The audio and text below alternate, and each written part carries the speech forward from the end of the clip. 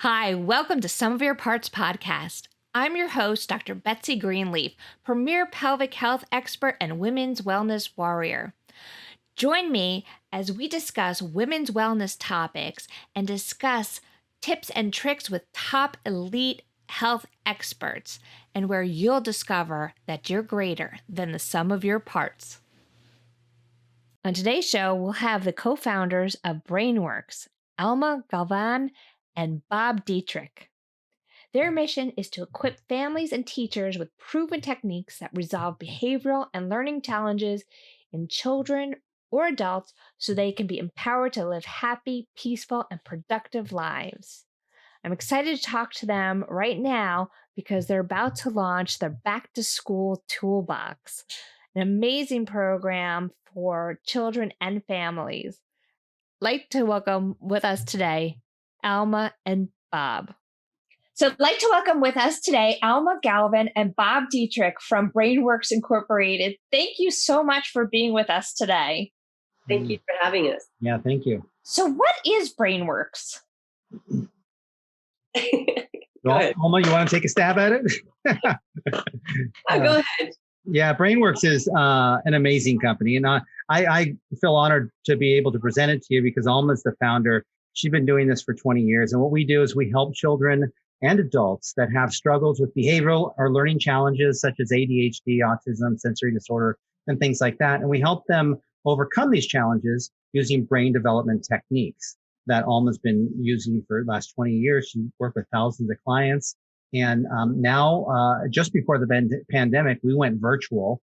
And now we're 100% virtual. And we are just, so blessed to be able to help so many people now that we couldn't help before when we were just working locally. That is so wonderful. And Alma, you have a personal story behind why Brainworx came to being. Yes. What happened with your family? So I'm really excited, and thank you for allowing us to share the tools that really transformed my life and my kids. So I have two boys, and when they were little, they had such incredible difficulties in life. I'm serious, like everything that you can think of. There was a struggle for everything. Tantrums or meltdowns were 2-hour longs. I honestly would not be able to leave my house very much, other than like just for very brief periods of time, because everything would go wrong, and I wouldn't know what to do, how to help my children overcome some of their challenges that we're having in public. So I decided, well, then I can't do that. So I was homebound for quite a bit. And, they all had, like Bob was saying, our company helps so many people overcome things, because a lot of the things that I had to overcome were, ADD, ADHD, autism, sensory processing disorder. And it drove me crazy when people would say, this is what they have. And I go, okay, so what do I do? Yeah. Well, they would not be able to really guide me to how I can help my children. And all of a sudden I was like, I was like at wit's end with everything and incredibly depressed. And it was so challenging as a mom. I was a young mom at that point, because this is in the 90s. Yeah. So there was no Google, there was no internet, and nobody was really giving me what to do or how to help my children. After I finally got out of my pity party, and I'm like, okay, I need to figure something out with my kids, right? And this took a while. It wasn't just like all of a sudden it's like, oh well, no, because I got to say, I was an incredibly shy person when I was younger. And so then I really felt like the whole world had just crushed, me, and I was on the bottom and I couldn't get up. So, but when I finally decided, I'm like, okay, well, they're here. They must have been given to me for a reason. So I got to figure out how to help them. And there was even a doctor that suggested that my oldest one be put in a home because he was really severe. He was, back then it was like, if I didn't pay attention, he really was doing dangerous things, like extremely dangerous things, like up on top of the roof. Oh, wow. Going across traffic without any regards to whether there was traffic coming or not. I mean, it was really dangerous situations. And so that conversation was probably the hardest that I've ever had in my life to date. And so when I started finding different things to do, everything, has a point to it. But for my kids, they didn't really help very much. I put a ton of work into the therapies and the modalities that I came across, and I got very little results until I learned something that's called neurological reorganization. And this was research that was done in the 50s.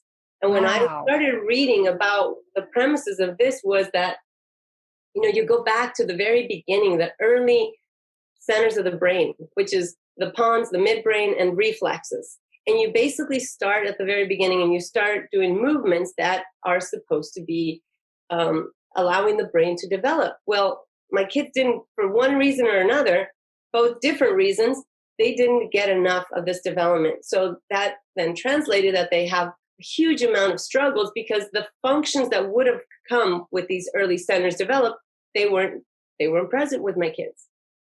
And actually, there were some of them that were not present within me. That's why I was so shy back then. It was almost like, for me, it was a flight. Every time that something got a little uncomfortable, I would detract. I would flee from the situation. I thought it was shyness.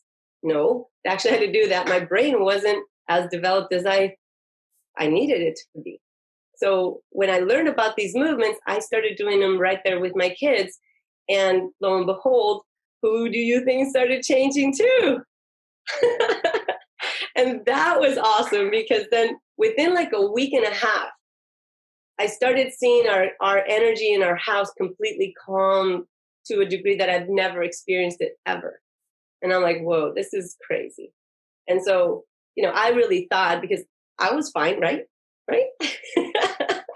I thought it was because my children were changing and I was doing that for them, but it wasn't.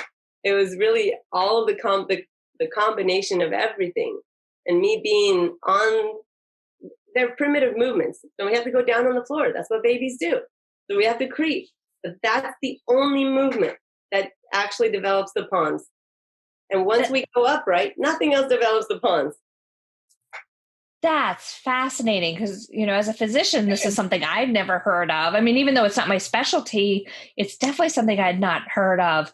So that must have been difficult. I mean, this was something you said that they had developed back in the 1950s. How did you come across it, even though it's not even mainstream today, other than you bringing this to the forefront? And that's one of the reasons why we decided to really start talking about it more, because for 20 years, I never advertised. If you would have Googled me, you wouldn't have found me.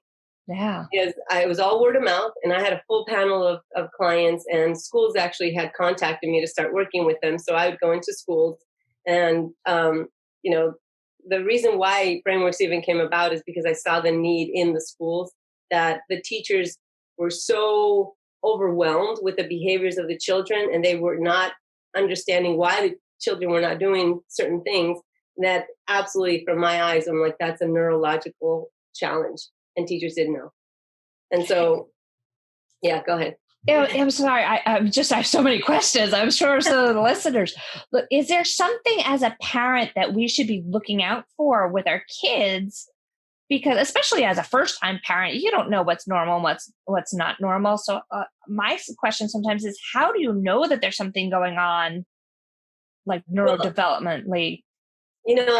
We are encoded we're encoded so that then if we come through the womb, right, and we're even just the birthing process is part of the reflexes, and they will need to get activated and they do their thing, and then, so there's a sequence of things that happen.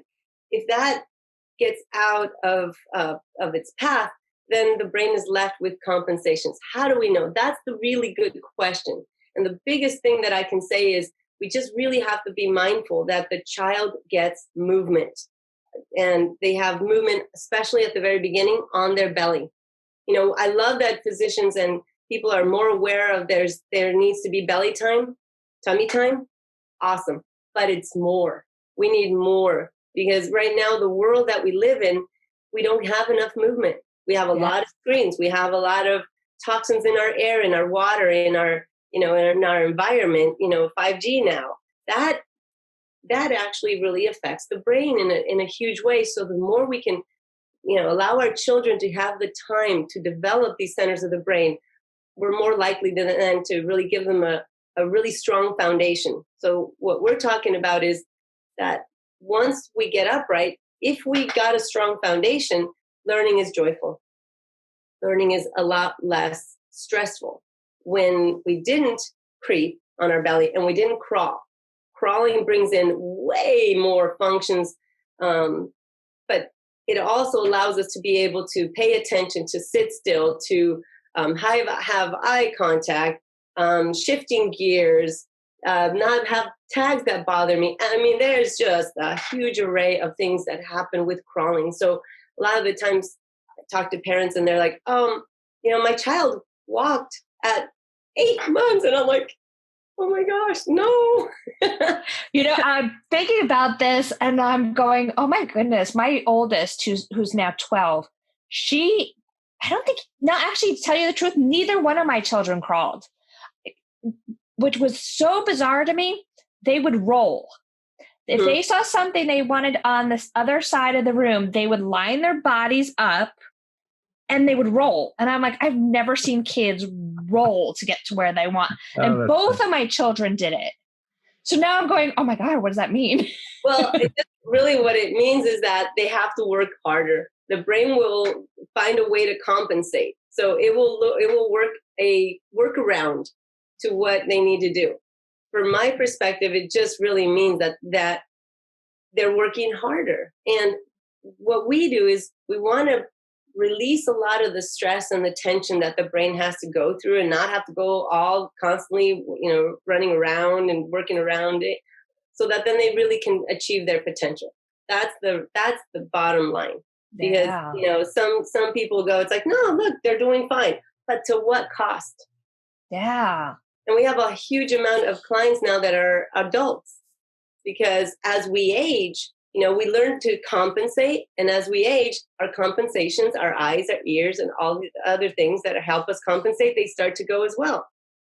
And so then we're left with a huge amount of struggle in later on in our life. And so that's one of the reasons why, from my perspective, is that we're actually maybe about 30% of our clients right now, they're adults. So it's crazy. But it doesn't mean like everything's going to fall apart. It just means, like I said, they just have to work a little harder. It made me even think about myself is that I was diagnosed with ADD, but not until I went to medical school. I was the kid, I kind of think of myself more as like a high functioning ADD when I look back at it, because I was the kid in elementary school who got in trouble for talking all the time because I was always bored. I stole homework. I'm like, what kids steal homework? I would go in third grade, I would go into the teacher's desk. I know where she kept the homework because I would finish my work so quick. I would get bored and had problems paying attention. I would steal homework and do weeks ahead of time. Or I got in trouble for doing everyone else's work around me. But no one called that ADD because I was getting the work done back then. So it wasn't until I got to medical school and the amount of work that was thrown on me that I had problems like kind of sitting and concentrating, because I always had ways to get by and do very well in school. So now I go, oh my goodness, like I'm trying to figure out how this even pertains to adults that may have been missed. And that's exactly it. And like I said, is like what we want is for everyone to achieve their highest potential. So you are not, can you imagine? Yeah, wait a minute. Well, the things I could have done if, boy, yeah. So how does your program work? So we work, we have a year-long program, but we, for most people, we ask that 6 months they're committed to doing the movement. So it's all based on movement. Because movement is how the brain really works. We need to do, on a daily basis, we need to do about 20 minutes of movement. But it doesn't have to be 20 minutes together. It's just, putting it all together. It's about that. And so we meet on Zoom for the first 3 Saturdays of every month. And it's a huge community now that is it's getting together from all over the world. And that is so fun to see because I've always believed like we need a tribe. It takes a village, right? Yeah, And definitely. it's wonderful to see everyone doing the process. There's a process that, we learn something the first week and we have to do these movements. And so in our village, our tribe, there's people that started that week and people that are like in 20th week. And so then there's a huge amount of, encouragement, and we get, oh, I didn't realize that. So it's a community that we brought together, because one of the things that I felt 100% when I was doing this is that I felt completely alone. And it's a different modality, like what you were saying, right? It's like you've never heard of this. And it's different. But you know what? I tried everything that was mainstream and got some. But when I started doing this, I'm like, okay, I don't care what it is that I have to do. I want to be able to communicate with my kids. Both of them didn't speak until after they were 6 years old. Oh my goodness. That's what I was going to ask you. What kind of changes did you see in your children because of this program? Everything. I saw changes in, how they were able to sleep better, how they were able to be more agreeable. That was the biggest thing right off the bat, that it was like, I was still like prepping myself for, okay, here it comes. And then it's like, it wouldn't come. And like, what?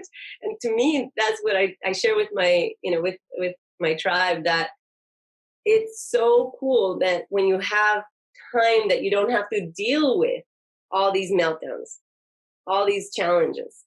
So when people say, I don't have time for that, I'm like, but we have time to deal with all that? Because I was 2 hours into it and I'm going like, I can do it. Whatever I need to do. But I saw them be able to definitely be able to pay more attention to, organization took longer. That was like way down. But, so many of the things, pretty much almost everything that people said that my kids were not going to be able to do, they've done. They both have jobs. They, Manny has a girlfriend. Every Adrian's looking. He's my youngest. So they have friends. Adrian, goes, picks up his friends, and they hang out, and it's just, in my wildest dreams, I wouldn't have thought that I would be living the life I'm living. And that's one of the things that really drive me to share this message, because it's not out there. You had mentioned, and I didn't 100% answer it, what happened in the 50s with this research. Well, there's researchers that were looking at this modality, but with brain injured kids. And so it didn't really fly. It didn't really take off. But when I learned about it, it made so much sense. So much sense. Like every cell in my body, I'm like, well, that so resonates. There's actually an institute. It's an Institute of Human Potential that came from that initial work. It's a little different, but the way that we're applying it is really just going back and finishing developing those early centers, and lo and behold, we have more functions available. And I think this is so important right now, especially because so many families are dealing with the issues with school and coronavirus.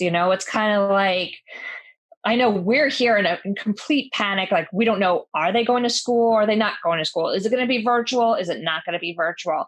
And, so you have those stressors on top of the fact, if you have a child who's having difficulty with learning, and then what do you do? So. Yes, 100%. One of the things that really excite me is that the work that we're doing allows the brain to get out of fight or flight. But for the long term, but we have to keep it up. It's not like, oh, let's just do this and we're done. But holy cow, it actually allows us to then be able to then see the big picture and not freak out about everything. That's a big one. There's 2 parts to the program, actually.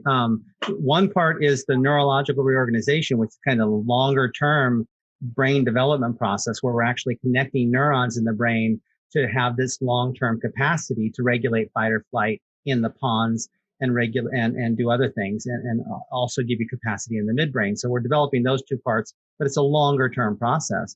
And then we also have a kind of a shorter term management process through brain gym movements and other modalities, where we can do things that will optimize the brain. For example, we can create more blood flow to the brain. We could create more oxygen to the brain. We could hydrate the brain, and we could also put it into hemisync. And so all of those are different. Hemisync meaning like you have access to the left and the right side, not just right or left dominant, right? Wow. And so when you do these exercises, they can, like within a matter of seconds, they'll transform your brain into one that is more optimized. But it's a management tool. It only lasts for a few minutes to a few hours, and then you're back to where you were, and you have to continue to do that. So these are great tools to get people through the program, but the bigger work is the reflex integration and the neurological reorganization, and then and the rewire process, which we might talk about a little later, which I think is part of the program. But no, thank you. That's amazing. Yeah, no, the rewire process is like, I love the neurological reorganization, but the rewire process is an emotional component. So it's basically rewiring the emotional body, the emotional subconscious. That is what absolutely I absolutely love this part, because when I saw the changes in my children, it was like, oh my gosh, I could see the light at the end of the tunnel. And then they would do something that would remind me of the past. And I'm like, oh my gosh, this is never going to end. This is always they're never going to graduate school, and they're going to not get a job, and they're going to be homeless. We just kind of go down that path, right? Yeah. So when I started doing the rewires it's a process. So I don't think we have time to get into it, but it's a process that allows us to then change our belief systems. And so then the more I did that on myself, and it's a very simple process, but the more I did it, I could actually stay present with my children. I could actually then pay attention to what was going on, and not like it was about me, that I needed to make sure that they did that, because then people would judge me and they would say that I'm a bad mom. I would judge myself that I'm a bad mom, and so on. So yeah, that's what we're so excited about. That is so easy. That's a great point. That's so easy to go there, because I have just did this recently with my children. We were out in public, even though we're not out much, and one of them was kind of getting annoyed with the other one, and it turned into a little bit of an argument. And my first thought was, guys, you're making me look like I'm a bad mother. Right? Like, I don't want anyone to hear the way you're talking to each other, because I'm a bad mother. And then I was like, wait. No, this is making you two look bad. But it is. And especially, I mean, when your children are diagnosed with something like autism or ADD or ADHD, there is a lot of guilt, like, oh, what did I do wrong? What could I have done differently? So, and there's a lot of misconceptions as to, again, if we don't understand how the neurological aspect really then translates to behaviors that are completely judged in a sense, it's very challenging as a mom, for sure. So your program, you guys address all these different aspects. Yeah. Other than just the movement, can you give us some examples of things that you do? Sure. There's actually something that's called the Lazy 8. And this is absolutely my favorite. This is the only thing that if ever anybody asks me, is there something that we can purchase? This is a tool. It's a toy too, but it's a Lazy 8. And let me just show you. Without the tool, it's just the Lazy 8, right? So you start in the middle and you go up to the left. So when you go up to the left, you don't need necessarily this. You can just do it with your hand. So just go ahead and take your finger and start in the middle and go up to the left. And then I gotta think which is the left. Up to the left, yeah. So as you go up to the left, it engages the right side of your brain right off the bat. And the more you do that, you're crossing the midline, you're bringing the left and right into a whole brain state, which then now, if you ever have a moment that you go into a room and you're like, what did I come here for? If you do the Lazy 8, you can do it in the air, you can do it on your leg, you can do it with your foot. It doesn't really matter how you do it. It's more likely to then retrieve what you have in your brain. So what you've already learned, that's in long-term memory, sometimes we just can't access it. That is the fastest, the easiest, and just effective way of reaching that. For some of the kiddos, if they take tests, I always suggest do the Lazy 8, get that brain into a whole brain state, then take the test. Because a lot of the times when we when we say, oh, you can take a test, what do? We go back to the back of the brain because you're like, oh my gosh, I bet you need to do good because blah, blah, blah, whole thing. But if we do the lazy 8, then at least we have a chance to really show what we've learned, bring the brain back into more of a centered whole brain state. And then that movement is always with going up to the left first? More optimal if you go up to the left. It's not wrong if you go down or if you go to any other, but it's just more optimal because you're really engaging that right side of the brain first. And usually the right side is like your first step type, like a first ignition.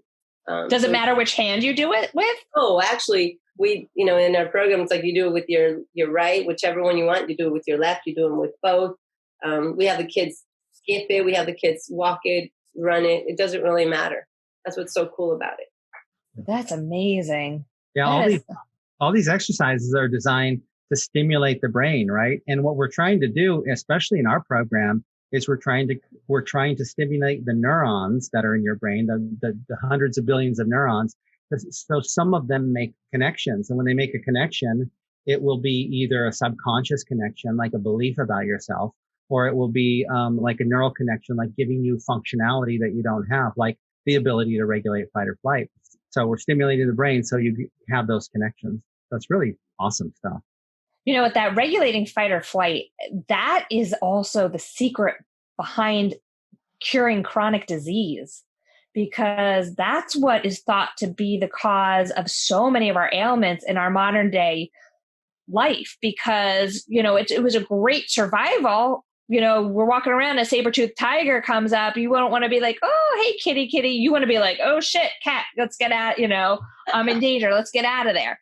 But the problem is many of us create the stress, mentally or, we're overworked. Our brain doesn't know the difference. And so you go into that fight or flight, and these hormones that get kicked out and the imbalances that happen, they think is one of the main causes of so many different chronic diseases. So your program could actually be expanded into addressing a number of other different things. So yeah, absolutely. Because when you calm that, when you finish developing those, especially the pawns, now your brain can really perceive what's threatening and what's not. Before then, any little thing can send me into that fight or flight. Any little thing. Yeah. My brain thinks all it has to do is perceive it. It doesn't even have to be, like you said, a real threat. Why we're really adamant, and like Bob will tell you, we have been working so nonstop for since COVID, because we know that this is such important information that people should know. Because at least if you're doing some of the movements, even if you just do that lazy 8, that's going to calm you down, a little. But in our world right now, we don't even know where the threat is. We just know that there's a lot of stuff going on. So I'm back on the floor myself, doing certain movements to make sure that I don't go down a rabbit hole, because any one of us can do that right now. And so that's a bigger piece of it too for us. Yeah. So you brought up the idea before that how crawling is very important as a developmental stage. So, and I'm sure this is not, I know your program is a lot more involved than just crawling, but is that something that we can all do, is just get on the floor and start crawling around, or have our children start crawling around at any age? You could. The thing is that it's a simple thing, but not an easy thing. And so what a big deal of what we do is we teach parents and we teach children, one, why are they really doing it? Two, what's the most effective way of doing it? Because we're not babies. We have other muscle groups. We have a cortex that then wants to figure out, how do I do that? If we get too much involved in it, we a lot of the times we deviate from the movement that we really need to be doing to get that development in the best possible way. So yes and no. Okay. That's fascinating. Because that's what I was thinking. I was like, wow, why don't we just all start crawling around some more? So, there's reflexes too. One of the big reflexes is the moral reflex. So, and this, like the moral reflex, that startle reflex, if that's not integrated, then it's like I always like to call it like a switch to the fight or flight. It's like an ignition switch. So if it's not integrated, it's going to do that. And even if your pons was developed, it's still going to send you into fight or flight really quickly. One of the things that I did not realize is that moral reflex, let's say that it gets integrated when I'm a baby. But if I'm in a car accident or if something hits me and it's pretty massive, it basically reignites that reflex to come back online. Now I'm in a heightened state and nothing developed. I mean, it doesn't just get integrated. So there's a huge amount of our population that has this moral reflex on. And that's why you see a huge amount of, road rage and other things like that. People that stand behind the door and then they startle people. That is the worst they can do. They have just turned on their moral reflex for that person. Super funny to watch. Super funny to watch for that person that is like, oh my God. But that person that just got scared, automatic turning on of that moral reflex.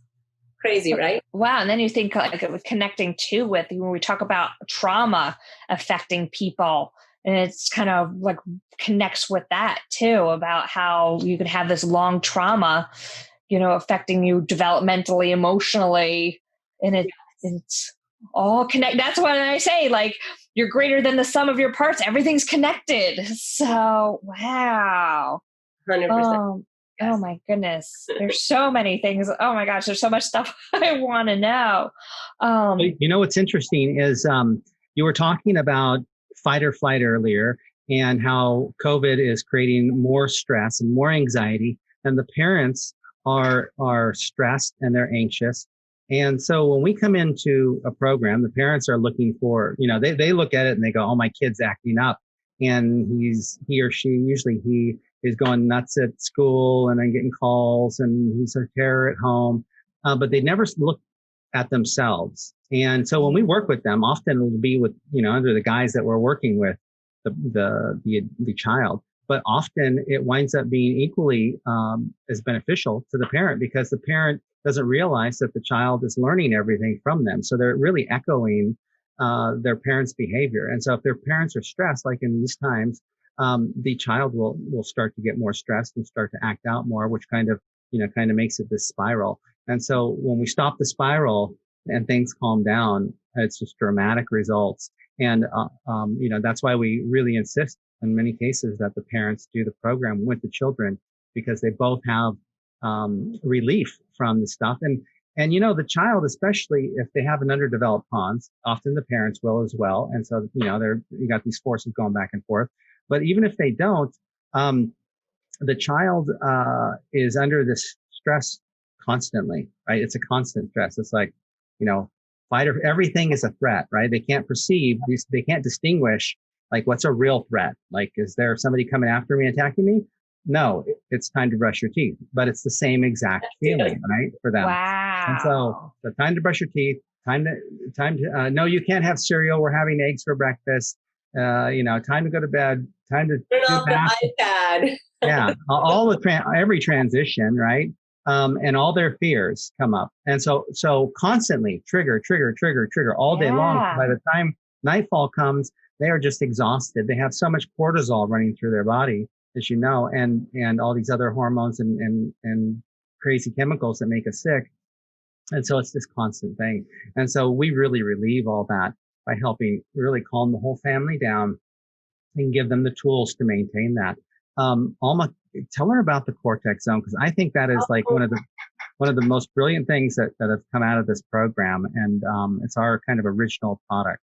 So we asked ourselves, one of the things that I really wanted is to figure out how to connect emotions, and how to help kids connect emotions. So the cortex zone is basically a program where we actually use a lazy 8. We use an infinity sign.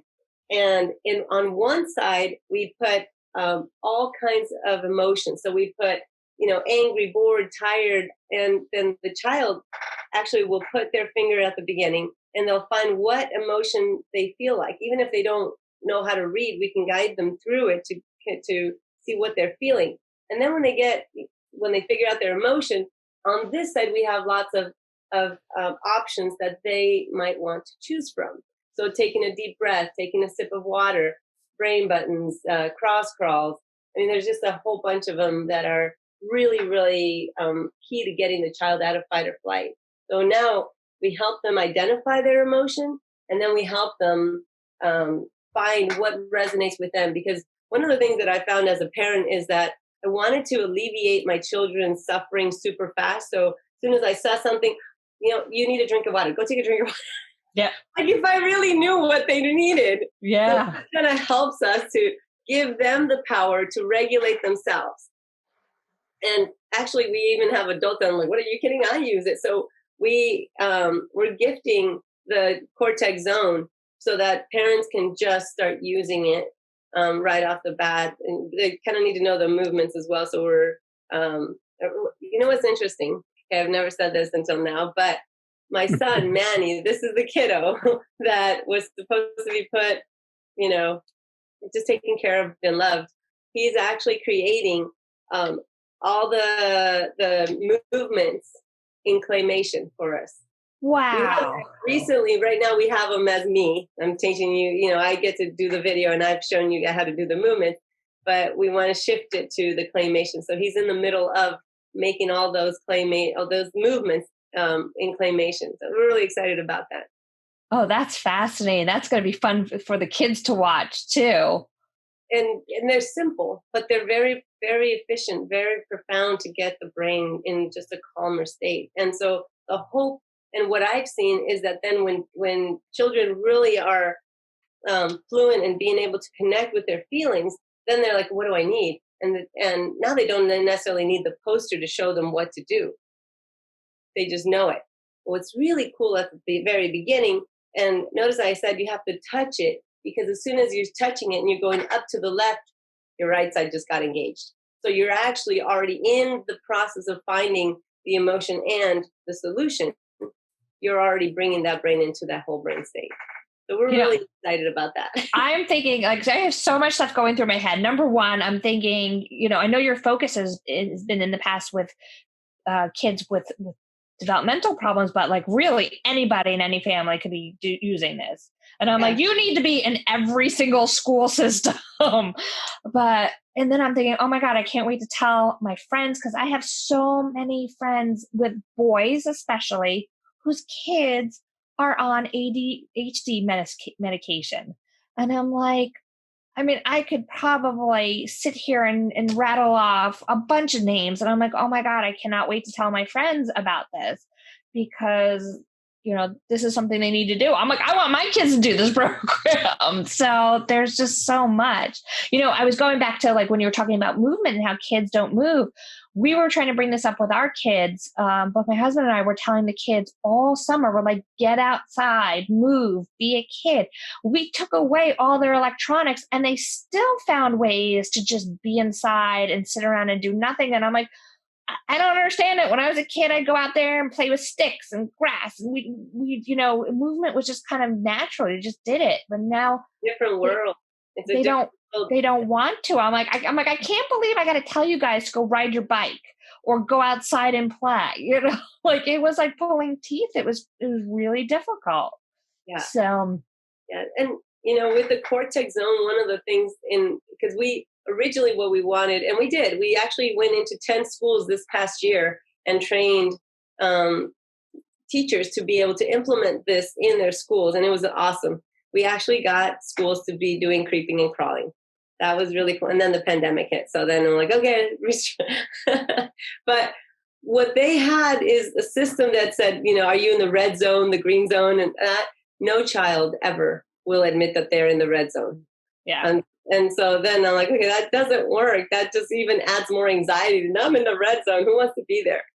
And so the more that we just put our brains together and it has to be something completely different, completely that no one has ever done. And that it's just a fresh start so that they can connect to their feelings. And I feel like in a sense, that's what Brainworx is. Totally different. It hasn't been really out there. There's more and more of that awareness, and that excites me because then there's more of an openness to really be able to take this in. And it's all natural too. Your body develops through movement, right? Your brain develops through movement. And so the question really is, how do you ignite your brain through movement intentionally to create a specific result? And that's kind of what we harness here is the development of your brain through intentional movement. We should write that down. I know, that's amazing. And you guys have a challenge coming up pretty soon. Yes, we do. Yeah. What is that about? Well, we're starting one in September, October, and November. The next one is September 9th. And the challenge is it's not a challenge actually, because, we were going to call it a challenge. And, the last thing parents want is another challenge. So we decided, let's not give them a challenge. And then we thought, well, what do we give them? We thought, you know what? We did a summit called the ADHD Toolbox. They love that. So let's give them the back to school toolbox, something that they can use to help their kids calm down, tools that they can use to regulate their kids. And so that's what that is. It's 5 days of training. It's not hardcore training. It's a little bit every day. And that's how we know the brain likes to learn. And that's how our advanced program is. And that's how this program is. So a little bit every day. It's an hour long, 5 days in a row. And then we give a couple bonus days, different content and different time. But really it's designed to help show them how to calm the brain down, how to help them focus. We give them the calm cortex zone and a few other things and teach them about the pons and the midbrain. So they really are aware, but they also have tools. Yes. That's a big part of it, that when we understand what is really going on, compassion just skyrockets. And that is like the best, because then the parent can just ease off on the child, and the child doesn't feel like they're doing something wrong or there's something wrong with them. Right. Yeah, now, I think go ahead. Sorry. I was going to say that the Toolbox is a 5-day program, and we only charge $47 for the 5 days of training, which is really a steal because you have a lifetime access to it. And it's like an online program. Before that, though, on the 9th is the workshop, and that's a free 3-hour workshop. And you get a feel for what it's like to work with Alma and what it's like to go through our program. And if you like it, then you got a special price for the back to school program or the back to school toolbox. And we kind of we'll go from there. The toolbox actually starts on the 14th. The free workshop is on the 9th. And if any of your viewers or listeners want to find us, just go to brainworxinc.com/toolbox or /workshop, and you'll be able to get access at that location. So that's Brainworx, BrainworxInc.com/workshop. That is amazing. You guys are doing such great work. I really appreciate you being with me today. Is there anything that I didn't ask you about that you wanted to tell the audience? Just, I just can't thank everyone enough for having an open mind. And for, one of the big things is be resilient. And if there's any gut instinct that says something's off, keep plugging away. It took me 7 years to find a component that really made a big difference. So just keep searching and don't give up. Yeah. And if I were to add to it, I would say that I've talked to so many parents. I mean, hundreds of parents at this point. Some who have done our program and some who haven't. And typically they want to go back to their doctors and they want to ask their doctors about the movement, but doctors aren't really trained in that stuff. They're not trained in it at all. What they're trained to do is diagnose and then find the right medicine to prescribe for it. And sometimes that's appropriate, but if you're not an advocate of medicine, then I would say that take a look at our program, because we can do this naturally. And everyone I've talked to I haven't talked to one person that said I did it and you know what, it didn't work. Everybody talked to says it works. And because they see results, they see dramatic results. And I mean, I just get so excited about the parents because they just like, oh my God, my kid's doing this and doing that. And they may seem like little things, right? At first, like, I have, one lady, she was saying her son wouldn't go in the deep end of the pool, right? And it was like for a long time, he just, he knew how to swim, but he wouldn't leave the shallow end. And then all of a sudden she sees him on the high dive and it's like diving board. And then boom, he's in the deep end, 9 feet of water. And it's, and it's just those little wins all the time, just consistent every day. There's something different. And before you know it, all these things just start to line up. The fears go away, the bedwetting stops, all these different things that used to happen start to go away. And what happens is that brilliant part starts to emerge. I mean, I did 70 interviews with top experts in ADHD, and they said, this is a double-edged sword. You got the challenges, but once you manage the challenges, then you have the brilliant Thomas Edison, Albert Einstein mind on the other side. And that's what we're trying to access. And that's what's so exciting about what we have here is that, we have a future for so many children that do this program. This is absolutely amazing. I can't wait to look into this further for myself and for my family. So thank you so much for being with us today. Thank you so much for having us and letting us share our message. Yeah, thank you. All right. Awesome.